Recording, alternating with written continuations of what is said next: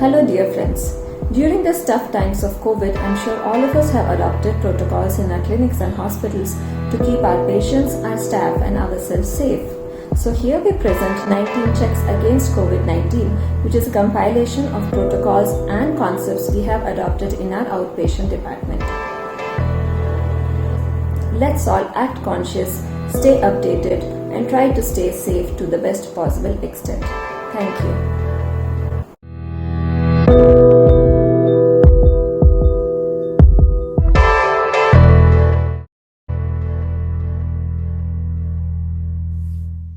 So to begin with, one of the most crucial steps is to provide limited and controlled access for entry of people into the premises, which includes patients, staff, and visitors. If the building has multiple entrances, it is best to close most of them and to keep only one or maximum of 2 entrances functioning. Next, a person who needs to gain access should pass the 5-step check. So the 5-step check is created to simplify all the multiple protocols to be followed by the staff who performs this at the entrance of the premises. Ensure you have the best staff out there, as his or her role is very crucial as he judges who could be allowed and not allowed into the hospital. Now step 1 is to elicit a good history. Ask history of travel outside the city of self or relatives.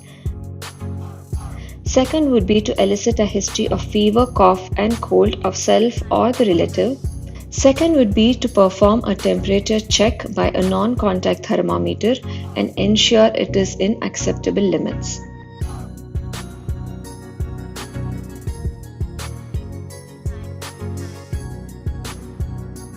Next is to ensure that only the patient is allowed into the premises. A no attendant policy is strictly to be followed. Strictly say no to accompanying children. If a patient genuinely needs help, one attendant can be allowed. All people entering the premises should have donned a mask. The mask should be of acceptable material and quality according to the hospital's protocol. And finally, before entering the hospital, guide him to perform a good alcohol hand rub or even a soap and water wash if the resources are available at that place. Staff again should ensure that this is performed perfectly. Now, once he passes the 5-step check, he is allowed access into the hospital.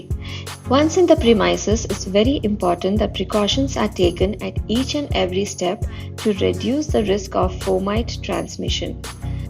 Before starting any clinical process, it's a good practice to have an informed consent and a self-declaration form related to COVID signed by the patient.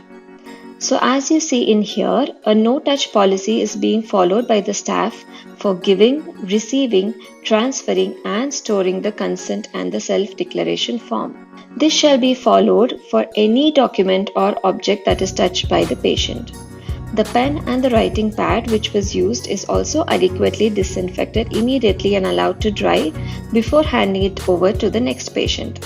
Again, for registration formalities, the form is filled by the staff as the patient dictates his name and demographic details. This is again done to reduce fomite-induced transmission. Any document of the patient which the staff wishes to read shall be read from a distance as the patient displays it. Also ensure that objects like mobile charging ports, magazines, newspaper stands shall be temporarily removed from the waiting areas for the next few months to come. Keep the areas as minimalistic and clutter-free to ease surface cleaning and also to reduce fomite-based transmission of disease. Social distancing shall be maintained at every process between staff and patients and also between patients. A minimum of 3 feet and whenever possible a distance of 6 feet shall be maintained between 2 people. Seating can be arranged by physically blocking the chairs to maintain the distance. Remove waiting chairs in smaller rooms and put it only in larger and more ventilated rooms. Management of the appointment system is again very crucial as social distancing is possible only with a controlled crowd. Ensure consultation happens only on prior appointment and discourage walk-ins to the best possible extent. Also, increase the slot time for doctors, as following the COVID protocols will certainly delay the entire consultation process. Stagger the timings of appointments if there is more than one doctor would again help in crowd management. As the patients need to follow many such protocols, it's best to educate them when their appointment is fixed on the telephone. Elicit history of systemic health and travel during your appointment fixing process. Explain them about your policies like no attendant policy, mask don policy, etc.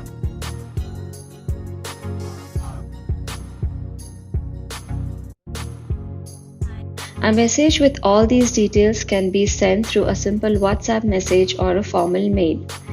You could also encourage teleconsultations whenever possible to reduce the patient footfalls into the hospital.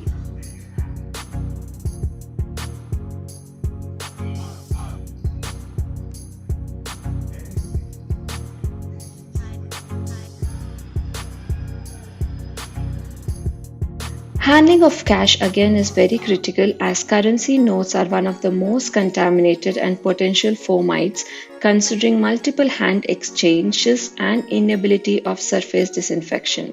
Again, simple procedures like the one being demonstrated can be adopted to implement a strict no-touch policy for cash handling. Encourage them for online and card payments. If cash is preferred, encourage them to bring the exact cash to avoid cash exchange.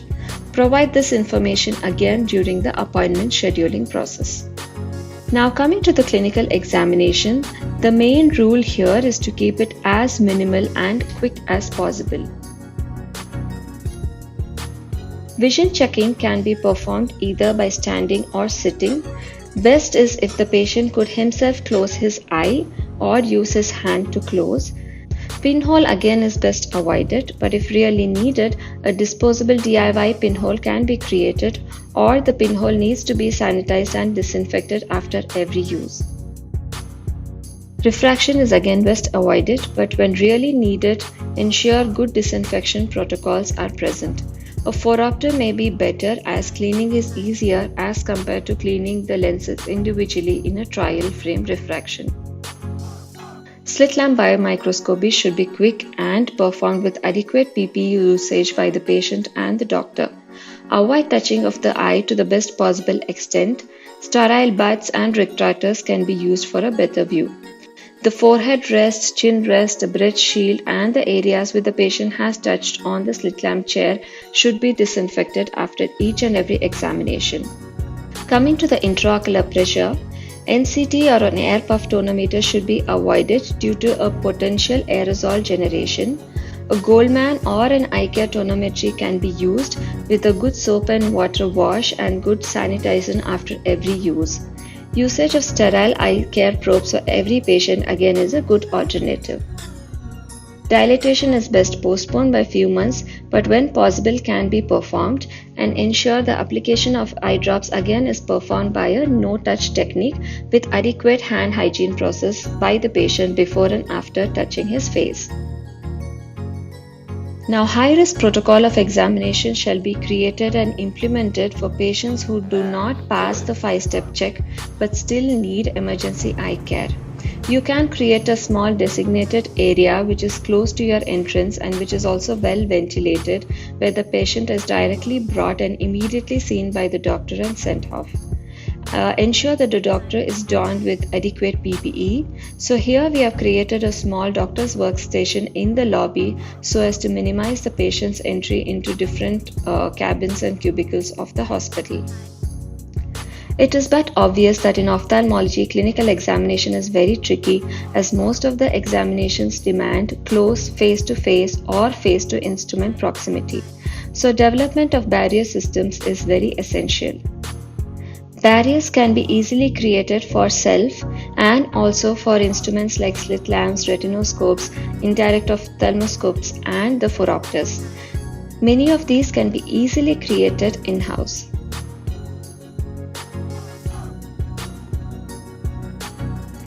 Now, coming to management of spaces. Ensure all rooms are ventilated well. Keep the doors and windows always open. You could shut down and not use smaller rooms which are unventilated. Strictly do not use air conditioning. Encourage natural ventilation and air flows to the best possible extent. Do not use lifts, etc., especially when there are patients inside it. Common mistake the staff and patients would do by habit is to lean on counters, walls, and chairs. So ensure that they're trained frequently to avoid such postures, as disinfecting these surfaces will be extremely tedious. Now coming to the next most important activity, which is surface cleaning. The objects and surfaces in the hospital can be divided into less frequent and more frequently touched surfaces.